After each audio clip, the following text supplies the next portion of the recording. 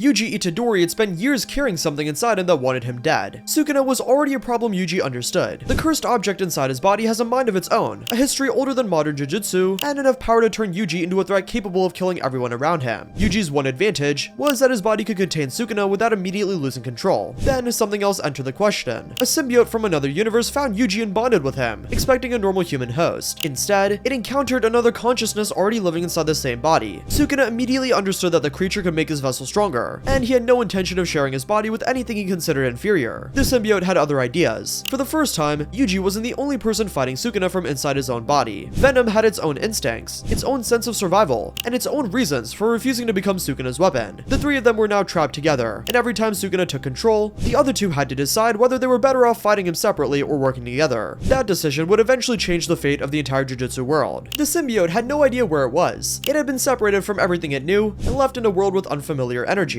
unfamiliar life, and no connection to its original home. It survived by moving from place to place until it found a human host strong enough to carry it. The search eventually brought it to Tokyo, where it sensed something unusual in Yuji Itadori. Yuji was walking home after a mission when the symbiote found him. His body was already far stronger than a normal person's, and the cursed energy surrounding him made him stand out from every other human nearby. The symbiote approached without understanding what it was sensing. It only knew that Yuji was unusually durable, and that something inside him felt different from anything it had encountered before. It reached him before Yuji realized what was happening. The black organism spread across his clothes and attached itself to his body, searching for a way into its new host. Yuji immediately felt that something was wrong. The symbiote pushed deeper, attempting to connect with his nervous system and establish the bond it normally relied on with the host. Instead, it encountered Sukuna. The symbiote could sense that another consciousness existed inside Yuji, but it had no reason to understand what Sukuna was. It followed the connection deeper and found itself in a space that didn't resemble the human mind it expected. Sukuna's presence was overwhelming, and the symbiote quickly understood that Yuji wasn't the only one capable of influencing the body it had just entered. Sukuna noticed it almost immediately. He had spent years understanding cursed energy, souls, and the unusual relationship between a vessel and the entity inhabiting it. The symbiote didn't fit any category he recognized. It wasn't a cursed spirit, and it wasn't another human soul. It was alive in a completely different way, yet it had managed to enter the same body as him. That alone made it interesting. The symbiote tried to establish control over Yuji's body before Sukuna could interfere. Sukuna resisted. The struggle didn't happen through a simple battle of strength, because neither of them was controlling the same part of the body in exactly the same way. Yuji still possessed his own consciousness. Sukuna had control over his cursed energy, and the symbiote had attached itself to the physical body. For several moments, all three fought for influence. Yuji eventually forced himself back to the surface, but the symbiote remained attached. Its black material covered his body before retracting beneath his clothes, leaving only a faint sensation across his skin. Yuji could feel another presence inside him, separate from Sukuna and separate from himself. Sukuna could feel it too. The symbiote had entered Yuji looking for a host. Instead, it found a vessel already occupied by one of the most dangerous sorcerers in history. Sukuna quickly understood the potential of having a living organism capable of changing the physical body around him. The first few days were enough to show Yuji that the symbiote was different from Sukuna in almost every way. Sukuna existed as a separate soul within the vessel, while the symbiote was physically attached to Yuji's body and could spread through it whenever it wanted. Yuji could feel the organism moving beneath his skin, responding to danger and reacting to his thoughts even when he wasn't consciously asking it to. The symbiote also began learning from him. It picked up basic memories, understood his connection to the people around him, and became familiar with the instincts that had kept Yuji alive as a sorcerer. It didn't immediately understand cursed energy, but it could feel when Yuji reinforced his body with it. The difference became obvious during his next mission. A curse attacked Yuji from behind. Before he could turn around, the symbiote reacted on its own. Black material spread across his arm and formed a shield just as the attack landed. The impact pushed Yuji across the ground, but the added protection kept his arm from breaking. Yuji recovered and destroyed the curse with a cursed energy enhanced strike. The symbiote had protected him without being told to. That changed how Yuji viewed it. It wasn't simply an organism waiting for instructions. It had instincts and could make decisions, which meant it could also choose to act against him. Yuji began testing the limits of the bond carefully. The symbiote could reinforce his limbs, form tendrils, create protective layers around his body, and recover from injuries much faster than Yuji could on his own. It could also change its shape almost instantly, allowing Yuji to create weapons or shields without carrying anything. Sukuna watched all of it from inside the vessel. He wasn't interested in the symbiote's concern for Yuji. What caught his attention was the way the organism responded to physical damage. It could rebuild parts of its own body, alter its shape, and remain functional even after suffering injuries that would cripple a human. Sukuna understood the advantage immediately. His curse techniques were already dangerous, but they were still being used through Yuji's human body. The symbiote gave him another layer between his cursed energy and the limits of the vessel. Sukuna eventually tested the theory for himself. When he took control of Yuji's body, the symbiote reacted differently than it did with Yuji. It spread across Sukuna's limbs and formed around his hands, responding to his movements while resisting his attempts to command it directly. Sukuna tried to force it into a shape he wanted, but the organism resisted. It followed the physical movement of the body without accepting Sukuna as its owner. That annoyed him. For now, he couldn't completely control it, but that didn't mean he couldn't couldn't use it. Sukuna began experimenting with this cursed energy while the symbiote covered his body. The results were immediate. His physical strength increased because the organism reinforced the vessel, while cursed energy reinforcement pushed the enhanced body even further. The symbiote could also reshape itself around his movements, creating additional protection around the areas Sukuna expected to be attacked. The important difference was that the symbiote wasn't giving Sukuna more cursed energy. It was making the body carrying the cursed energy harder to damage. The symbiote was becoming useful. That was exactly what Sukuna wanted. The problem was that the symbiote was learning too. Every time Sukuna took control, it experienced his actions through the same body as Yuji. It began to understand the difference between Yuji's instincts and Sukuna's. Yuji fought because someone needed help. Sukuna fought because nothing stopped him from taking what he wanted. The symbiote didn't need to understand human morality to recognize the difference. For the moment, it remained with Yuji because Yuji was the host it had chosen, but Sukuna was already trying to change that relationship, and the longer the three of them remained together, the more difficult it would become to decide who actually controlled the body. Sukuna eventually stopped treating the symbiote as something that could simply be ignored. It had already changed the physical limits of Yuji's body, and Sukuna wanted to know exactly how far those changes could go. The next time he took control, he allowed the symbiote to spread across his entire body instead of forcing it away. The result was immediate. Black material covered Yuji's skin and formed a layer around Sukuna's arms, chest, and legs. It reinforced the vessel while remaining flexible enough to move with him. Sukuna could feel the organism responding to his movements, but it still wasn't following his commands. When he formed a blade from his hand, the symbiote changed its shape to accommodate it rather than creating the weapon itself. Sukuna began testing what happened when he combined the organism with his curse techniques. He started with dismantle. The slash left his hand and crossed the street before cutting through a concrete building. The symbiote reacted to the release of cursed energy by tightening around his arm. Sukuna noticed that the organism could respond to the movement of his cursed energy even though it couldn't produce cursed energy of its own. That gave him an idea. Sukuna allowed the symbiote to form a long tendril from his arm and release dismantle at the same moment. The curse technique still behaved as Sukuna's technique, but the tendril gave him another way to position himself and attack. He could use a biomass to pull himself towards a target, change his angle in midair, or restrain an opponent before using a slash. The symbiote wasn't changing dismantle, it was giving Sukuna more ways to use it. The same principle applied to cleave. Sukuna couldn't simply turn every piece of the symbiote into an automatic cleave weapon, but he could use the organism to bring an opponent into range and then apply the technique through direct contact. A tendril could wrap around a target, pull it toward him, and create an opening for cleave. This made Sukuna far more difficult to approach. The symbiote also learned from Sukuna's fighting style. It began anticipating the movements he preferred. When Sukuna raised one arm to attack, the organism could reinforce the opposite side of his body in preparation for a counterattack. When he jumped, it could form tendrils behind him and pull his body through the air. When an opponent tried to strike from behind, the symbiote could react before Sukuna physically turned around. Sukuna appreciated the efficiency. He still hated the fact that the organism could act without his permission. That became obvious during another mission. A curse attacked Yuji while Sukuna was in control. Sukuna prepared to counterattack, but the symbiote suddenly pulled his body backward. The movement avoided an incoming strike that Sukuna had already seen. He immediately understood what had happened. The symbiote had acted on its own. It had protected the host without waiting for him. Sukuna attempted to force the organism back into place. The symbiote resisted for several seconds before finally returning control of the body. That was the first time Sukuna understood the real problem. The symbiote was another living presence sharing his vessel. Sukuna could overpower most people through cursed energy, but the symbiote wasn't a sorcerer standing in front of him. It was spread throughout the body he needed to use. If he wanted complete control, he couldn't simply destroy it without also damaging the vessel. For now, he decided to tolerate it. That decision would become increasingly difficult once Sukuna discovered the symbiote's weaknesses. During a later fight, an enemy attack produced a high-pitched vibration that caused the black material covering Yuji's arm to suddenly retract. The symbiote convulsed and pulled itself away from the source of the sound. Sukuna noticed immediately the organism had a weakness. He began looking for a second one. Sukuna had never been the type to ignore a weakness once he discovered one. The symbiote's reaction to the sound had already given him something useful, but he needed to know whether the problem was limited to one frequency or whether the organism was vulnerable to a broader range of attacks. He tested it carefully. The first experiments were enough to confirm that intense sound could disrupt the symbiote's ability to maintain its form. The organism pulled away from Yuji's skin, lost control of the shape it had created, and struggled to remain attached. Sukuna didn't need to understand every detail of its biology to recognize a practical problem. If an opponent discovered the same weakness, the symbiote could become a liability. The second weakness appeared when the organism was exposed to extreme heat. Sukuna used a controlled amount of his flames and watched the reaction. The symbiote immediately pulled its mass away from the heat source. Parts of its outer layer began to deteriorate before the organism repaired itself and returned to Yuji's body. Sukuna now understood the limits of his new advantage. He didn't try to remove those weaknesses. Instead, he began learning how to fight around them. The symbiote could retract its outer layer and protect the most vulnerable parts of its body. It could also move through Yuji's body instead of remaining exposed on the surface. When Sukuna used his flames, the organism learned to retreat rather than absorb the full force of the heat. Sukuna knew how to use cursed energy. The symbiote knew how to keep itself alive. Neither trusted the other, but both were capable of recognizing when working together was more useful than fighting. Then, the more they fought together, the harder they became to separate. Yuji noticed the change. Whenever Sukuna took control, the symbiote no longer fought him constantly. It remained cautious, but it had started recognizing that Sukuna's cursed energy could protect it from attacks that would otherwise damage the organism. Sukuna, in turn, had stopped trying to force the symbiote into submission every time it resisted. Neither of them had accepted the other. They had simply found a reason to cooperate. The symbiote had become an extension of his fighting style without becoming part of his cursed technique. Sukuna still had the same cursed energy, the same techniques, and the same limitations. What changed was the body carrying them, and eventually, that difference became obvious during the Shibuya incident. When Gojo was sealed inside the prison realm, and the fighting across Shibuya intensified, Yuji was pulled deeper into the conflict. The number of Sukuna's fingers inside his body continued to increase, and every additional finger made the entity inside him harder to contain. The symbiote could feel the change before Yuji fully understood it. Sukuna's presence was becoming heavier. Yuji could barely keep him contained. Then, Jogo found him. The disaster curse had brought enough of Sukuna's fingers to force another transformation. Yuji's body began reacting as the cursed energy surged through him, and the symbiote immediately tightened around his organs and muscles to protect itself from the pressure. It wasn't enough. For the first time since the bond began, the symbiote felt Sukuna completely overwhelm the vessel. Yuji disappeared beneath the weight of his own cursed energy. Sukuna opened his eyes, and the symbiote realized it was about to experience what its host had been fighting against from the beginning. The change happened the moment Sukuna took control. Jogo had given Yuji 10 more of Sukuna's fingers, bringing him to 15 in total, and the effect was immediate. Sukuna's presence became far stronger than it had been during earlier appearances. The symbiote struggled to contain the pressure moving through the vessel, but it adapted its shape around him and reinforced the body as Sukuna's cursed energy pushed it beyond anything Yuji had previously experienced. The result wasn't a new source of cursed energy. Sukuna remained limited by his own reserves and output. What changed was a body carrying the power. The symbiote reinforced Yuji's muscles, protected his organs, and created additional material around his limbs when Sukuna moved. Sukuna noticed the differences immediately. Jogo confronted him soon afterward. The disaster curse had been responsible for restoring Sukuna to a much greater level of strength, and he wanted that power turned against humanity. Sukuna had no interest in becoming anyone's subordinate, but he accepted Jogo's challenge because it gave him an opportunity to test the limits of his new body. The fight quickly moved through the streets of Shibuya. Jogo's flames covered the area around them, forcing the symbiote to react. Heat remained one of its weaknesses, and Sukuna could feel the organism pulling its exposed mass closer to Yuji's body whenever the flames reached them. It didn't make the symbiote immune to fire. Instead, it reduced the amount of biomass exposed to the attack and relied on Sukuna's cursed energy reinforcement to protect the vessel. Sukuna adapted to the limitation without slowing down. Eventually, Jogo used Maximum Meteor. The massive attack descended towards Shibuya, dragging debris and vehicles into its path as it approached the ground. Sukuna recognized that taking the attack directly would be unnecessary, so he used the symbiote's tendrils to pull himself away from its trajectory. The organism anchored itself to nearby structures long enough to redirect his own movement before retracting back into his body. The meteor struck Shibuya and devastated the surrounding area. Sukuna survived. Jogo was already exhausted. Sukuna then used the technique he had relied on to finish him in the original course of events. He summoned the flames of furnace. Its destructive power was enough to overwhelm Jogo's flames. The heat hit the symbiote immediately. It pulled itself beneath the outer layer of Yuji's body as far as the bond allowed, while Sukuna reinforced the vessel with cursed energy. Even then, furnace nearly destroyed it. Large sections of the biomass burned away, and what remained stayed buried against the host until the temperature dropped. The Clintar survived, but only barely. Sukuna released the attack. Jogo was incinerated. The symbiote had now witnessed Sukuna kill a powerful cursed spirit without hesitation. It had already understood that Sukuna was dangerous, but watching him destroy Jogo after accepting the fight simply for his own amusement gave the organism a clearer picture of the person sharing its host. It didn't like what it was learning. Sukuna barely noticed. His attention had already shifted to another source of energy. Megami was nearby. More importantly, Megami had summoned Maharaga. The fight began. Maharaga charged first. Sukuna met it head-on, using the symbiote to reinforce his limbs while he fought with his own physical ability. The creature's strength forced him to take the battle seriously. Sukuna used his mantle several times, cutting into Maharaga's body and watching the wheel above its head turn. The damage didn't stay. Maharaga recovered from the injuries, and its next movements showed that the adaptation had already begun. Sukuna changed his approach. He used the symbiote to create additional limbs and tendrils, forcing Maharaga to respond to attacks coming from different angles. The organism didn't give those attacks any supernatural properties. It simply allowed Sukuna to control more of the battlefield at once. Maharaga continued adapting. Sukuna understood what was happening. His slashing attacks were becoming less effective, and continuing to rely on them would give Maharaga more time to adapt. That was when Sukuna made his decision. He expanded Malevolent Shrine. The domain manifested across the surrounding area without forming a traditional closed barrier. Sukuna deliberately reduced its range to roughly 140 meters, because Megami was still nearby, and he needed to keep him outside the domain. Malevolent Shrine could extend further, but Sukuna limited it on purpose, while relentlessly applying its slashing attacks. The symbiote reacted to the domain differently from the ordinary cursed energy. It couldn't stop Malevolent Shrine's sure-hit effect, and it didn't become part of the domain itself. Instead, it covered Sukuna's body and protected the vessel from the debris and physical destruction surrounding him. Maharaga was repeatedly cut by Sukuna's slashes. The wheel turned again. Sukuna understood that Maharaga had adapted to his slashing attacks. He needed something different before the Shikigami could recover completely. He used Furnace. The domain had already filled the area with the aftermath of its own destruction, allowing Sukuna to use the technique on a scale far beyond the narrow flame attack he had used against Jogo. The resulting explosion consumed Maharaga before it could recover and adapt to the flames. The symbiote pulled itself tightly against Yuji's body as the heat had spread through the area. Even Sukuna's new partner had limits. It survived again, but the experience changed something inside of it. The symbiote had already seen Sukuna Sukuna kill Jogo. Now, it had watched him destroy Maharaga and devastate a large part of Shibuya simply to accomplish his objective. Yuji eventually returned to consciousness. He saw what remained of the city. The destruction was no longer something he could separate from Sukuna. He had experienced the massacre through the same body, and the symbiote had experienced it alongside him. For the first time, Yuji and the symbiote reached the same conclusion. Sukuna couldn't be allowed to remain unchecked. The symbiote still feared him. Yuji still struggled to contain him, but now they had something neither had possessed before, an ally inside the same body. Yuji woke up with the symbiote still attached to him. The damage across Shibuya was difficult to understand from inside the body. He remembered pieces of what had happened, but the memories weren't complete. He could feel Sukuna's actions, as if they had happened to someone else, yet every movement had still come from his own body. The symbiote had experienced everything with him. For the first time since the bond began, it pulled away from Sukuna instead of moving closer to him. Yuji understood why. Sukuna had always been dangerous, but there had been a difference between knowing that and watching him use his freedom. The symbiote watched Jogo die. It had felt the heat from furnace. It had experienced malevolent dread from inside the same body. It now understood that Sukuna didn't need a reason to destroy something beyond wanting to do it. Yuji couldn't defeat Sukuna by himself. The symbiote couldn't either. That left them with one option. They had to work together. The alliance didn't make them friends. Yuji still didn't completely trust the organism inside his body, and the symbiote still didn't understand humans well enough to share all his priorities. What they did share was a simple goal. Neither wanted Sukuna controlling the body ever again. The symbiote began testing how much influence it could maintain while Yuji was conscious. It could move through Yuji's body, reinforce damaged tissue, and cover his skin almost instantly. It could also resist Sukuna's attempts to reshape the vessel when he took control. That resistance wasn't enough to stop Sukuna, but it could make certain movements more difficult. Yuji learned to take advantage of those moments. When Sukuna tried to force control over an arm, Yuji pushed against him mentally, while the symbiote reinforced the same muscles from the outside. When Sukuna attempted to move the body before Yuji was ready, the symbiote could delay the movement long enough for Yuji to regain control. The effect was small, but against Sukuna, small was enough to matter. Sukuna eventually understood that destroying the Clintar would be dangerous. After all, the organism was too deeply integrated with the vessel. That limitation gave Yuji and the symbiote one thing above Sukuna: time. They could wait, and Sukuna couldn't. Sukuna wanted freedom from Yuji's body, and the longer he remained inside a vessel that resisted him, the more he became interested in finding another one. Megami had always been the obvious choice. Sukuna had recognized the potential of the 10 Shadows technique long before Shibuya. He had seen enough of Megami's abilities to understand that the technique could give him options Yuji never could. More importantly, Megami's body had none of Yuji's unusual resistance to Sukuna's control. The symbiote sensed the change in Sukuna's attention. It didn't know exactly what he was planning, but it understood that he was looking for somewhere else to go. Yuji reached the same conclusion. If Sukuna ever found another vessel, the symbiote would have to decide whether it stayed with Yuji or followed him. That question became harder as the culling game progressed. Then, the opportunity arrived. Megami's sister was revealed to be Yorzu, an ancient sorcerer who had incarnated within Sumiki's body. The revelation shattered Megami's remaining hope of saving her normally. Sukuna recognized the moment immediately. Megami was vulnerable. That was what Sukuna had been waiting for. The symbiote felt Sukuna's attention shift towards him and tried to warn Yuji through the bond. Yuji understood before Sukuna made his move. There was no time to stop him. Sukuna activated Unchain. The binding vow gave him control of Yuji's body for 1 minute. The agreement also prevented him from harming anyone during that period, a condition he had accepted when the vow was originally made. Sukuna had deliberately hidden the agreement from Yuji by making him forget it, and he had been waiting for a situation where the restriction could work in his favor. Yuji tried to resist. The symbiote resisted with him. Sukuna still took control. The symbiote wrapped itself around Yuji's fingers. Sukuna tried to separate it. It held on. He understood what it was doing immediately. The organism knew he was preparing to transfer himself into Megami. It didn't know exactly how he intended to accomplish it, but it knew that leaving Yuji meant leaving the host, who had allowed it to survive. Sukuna forced the symbiote away from his hand. It returned. He tried again. The organism spread farther across his arm. Sukuna finally stopped wasting his time. Sukuna concentrated part of his soul and cursed energy into one of Yuji's physical fingers. He tore the finger off, turning the severed flesh into a cursed object, exactly as he had planned long before this moment. The symbiote had already left a thin layer of its living biomass around the finger before Sukuna took control, and when Sukuna tore it away, the biomass went with it. Yuji fought harder. The symbiote followed. For a moment, Sukuna's movement slowed. That was all the resistance they could create, and immediately forced Megami to consume it. The transfer began, pulling Sukuna out of Yuji's body and into his new vessel. This was the same basic method Sukuna used in canon when he escaped Yuji and incarnated inside Megami. But this time, something came with them. When Megami consumed the severed finger, the symbiote biomass entered his body with the cursed object and immediately searched for a new host as Sukuna's transfer began. Sukuna had expected to leave the organism behind. He hadn't considered that part of it had already been carried with him. Black material spread across the severed finger and disappeared beneath the surface. The transfer completed. Megami's body became Sukuna's new vessel. The symbiote was there too. Yuji remained behind. For the first time since Sukuna entered his body, Yuji was completely alone. And for the first time since the symbiote found him, Venom had lost his original host. Inside Megami's body, Sukuna immediately understood what had happened. The symbiote had been pulled into the transfer with him. Sukuna took that as proof that he had finally won, but he was wrong. The symbiote hadn't followed him because it wanted Sukuna. Part of it had been carried into Megami with a severed finger, and once the transfer began, it had attached itself to the new vessel to survive. Sukuna had escaped his cage. He had gained the 10 Shadows technique. and without realizing it, he had carried the one thing capable of resisting him into his new body. Megumi's body changed the balance immediately. Sukuna had spent years trapped inside Yuji, unable to use his full potential whenever he wanted. Megumi gave him access to the 10 Shadows technique, a cursed technique Sukuna had already recognized as unusually valuable. The symbiote gave him another advantage. It could reinforce Megumi's body, protect damaged areas, and reshape itself around Sukuna's movements. The combination was powerful, but it wasn't unlimited. The symbiote still couldn't produce cursed energy, and it couldn't use the 10 Shadows technique by itself. Sukuna remained responsible for summoning the Shikigami and controlling his cursed techniques. The organism could only interact with what was already there. Sukuna began testing that boundary. Divine dogs emerged from Megumi's shadows as they normally would. The symbiote remained attached to Megumi instead of spreading onto the Shikigami. It reinforced Sukuna's vessel, while the 10 Shadows technique operated separately. Nue emerged next. The symbiote still remained on Megumi's body, reinforcing his movement and durability, while Nue attacked through the 10 Shadows technique exactly as it normally would. But one Shikigami mattered more than all the others: Maharaga. Sukuna already knew what the Divine General could do. He had fought it in Shibuya, and understood that its adaptation made it one of the most dangerous Shikigami in existence. Instead, Sukuna used the organism to protect himself while Maharaga fought. That became important when the time finally came to confront Gojo. Gojo had been unsealed, and the battle between the two strongest sorcerers of their era was unavoidable. Sukuna entered the fight in Megumi's body, with the 10 Shadows available to him and the symbiote spread across his body. The black material moved around his arms and shoulders, changing shape whenever he moved. Gojo immediately recognized that Sukuna had gained something else. The symbiote couldn't touch infinity on its own. Physical tendrils stopped before reaching Gojo, just like any other physical attack. Sukuna understood that immediately and stopped wasting attacks on the barrier. He needed a way around it. The fight became a battle of techniques rather than brute strength. Gojo's Limitless prevented direct physical attacks from reaching him, while Sukuna used domain amplification when he needed to fight at close range. The symbiote reluctantly helped him maintain his physical condition through the exchanges, but it couldn't solve the central problem. As soon as infinity remained active, Sukuna still needed another method to reach Gojo. The domain clashes began. Malevolent Shrine and Unlimited Void collided, forcing both sorcerers to rely on their understanding of barrier techniques and cursed energy. The symbiote remained close to Sukuna's body throughout the exchanges, repairing physical damage where it could, while Sukuna used RCT for injuries that exceeded what the organism could handle. Venom experienced something it had never encountered before. It could understand physical combat, it could understand pain, but it couldn't understand why Sukuna was willing to keep risking everything simply to prove that he could defeat Gojo. The longer the fight continued, the more obvious the difference became. Sukuna wasn't fighting simply because he needed to survive. He wanted to win. Maharaga eventually became the key. Sukuna used the 10 Shadows technique to bring the Shikigami into the battle and allowed its adaptation to develop against infinity. The process took time, and Gojo recognized the danger. He focused on destroying Maharaga before its adaptation could become complete. The symbiote helped Sukuna protect the Shikigami whenever Gojo created an opening, but it couldn't prevent Gojo from attacking Maharaga directly. Gojo eventually destroyed it. For a moment, the fight appeared to be over. Sukuna had lost the Shikigami that had provided him with the model he needed. Then he used what Maharaga had taught him. Sukuna had observed Maharaga's adaptation and understood that the Shikigami had eventually changed the target of its attack. Instead of trying to reach Gojo through infinity, Maharaga had attacked the space that Gojo occupied. Sukuna applied the principle to dismantle. He no longer needed to cut through infinity. He could target the world around it. The symbiote moved across his arm as Sukuna prepared the attack. Venom understood what was about to happen. It also understood that there was nothing it could do to stop Sukuna through physical strength. Sukuna released a slash. The attack didn't behave like the ordinary dismantle attacks Venom had seen before. Its targets had changed. Sukuna wasn't simply sending a blade towards Gojo. He was extending the target of his cursed technique to the space and world containing him. Venom understood what was about to happen before Sukuna could complete the attack cleanly. The symbiote suddenly pulled back from Sukuna's arm and jerked the limb offline at the exact moment he was setting the target. Sukuna still released a slash, but the cut tore through the space besides Gojo instead of the space he occupied. The symbiote felt Sukuna's satisfaction disappear immediately. Then it understood what victory would have meant. Gojo was the strongest obstacle between Sukuna and complete freedom. If he died, Sukuna would have very few people left who could challenge him directly. The culling game was still underway. Kenjaku's plans were continuing, and the merger involving Tengen remained a possible future outcome. Venom had no interest in any of that. It had spent enough time inside Yuji and Megumi to understand humans, cities, and the world around them. It had also learned something about Sukuna that Yuji had known from the beginning. Sukuna didn't care what remained after he won. The symbiote's priorities were different. It needed a living host. It needed a world where the host existed. It needed somewhere to survive. Sukuna's complete victory threatened all three. Venom finally stopped trying to be part of Sukuna's power. It started looking for a way to resist him. The symbiote couldn't cancel cursed energy. It couldn't erase dismantle. It couldn't suddenly become stronger than Sukuna. What it could do was control its own mass. It began separating from the parts of Megumi's body that Sukuna was using most heavily. The movement was subtle enough that Sukuna didn't immediately notice. The symbiote pulled away from his arms and chest, retreating into areas where it could remain connected without directly interfering with the cursed technique. Sukuna noticed a change too late. The organism suddenly pulled back. His arms remained intact, but the additional reinforcements disappeared. Sukuna tried to force it back. The symbiote resisted. Sukuna had spent months treating the organism as another weapon. He had never needed its permission before because he could simply use the body while it remained attached. Now that Venom had decided to withdraw its cooperation, addition, Sukuna couldn't force the organism to enhance every movement without risking damage to Megami's body. The symbiote detached from his outer body and fell across a ruined ground. Sukuna was left standing without it. His cursed energy hadn't disappeared, neither had his 10 shadows. His physical abilities hadn't suddenly become those of an ordinary human, but he had lost the additional protection and the mobility the symbiote had provided. Venom had chosen its own survival. Sukuna turned towards it. For the first time since their bond began, the organism wasn't afraid of what Sukuna would do. It had already made its decision. Sukuna tried to attack. The symbiote moved away before he could reach it. Gojo had already realized the interrupted slash had been meant to bypass infinity entirely. The moment Sukuna's attention shifted, Gojo took advantage of the opening. The battle continued. Sukuna was still extremely dangerous, but he no longer had the physical support he had grown accustomed to. Gojo now understood that Sukuna had found a way around infinity, and the fight returned to a technical battle between two sorcerers who both understood what the other was capable of. The symbiote stayed out of the fight, and it watched. It could have returned to Sukuna, but it chose not to. That decision didn't guarantee Gojo's victory. Sukuna was still Sukuna, and the outcome of the battle depended on the state of both fighters, their techniques, and the damage they had already suffered. Sukuna had entered the relationship expecting another weapon. The symbiote made his body stronger, gave him new ways to move, and allowed him to combine his cursed techniques with an organism that could reshape itself around him. But the greatest change wasn't physical. It was the fact that Sukuna could no longer assume that every advantage he gained would remain his forever. Yuji had spent years resisting Sukuna because he wanted to protect the people around him. Venom resisted for a different reason. It simply wanted to survive.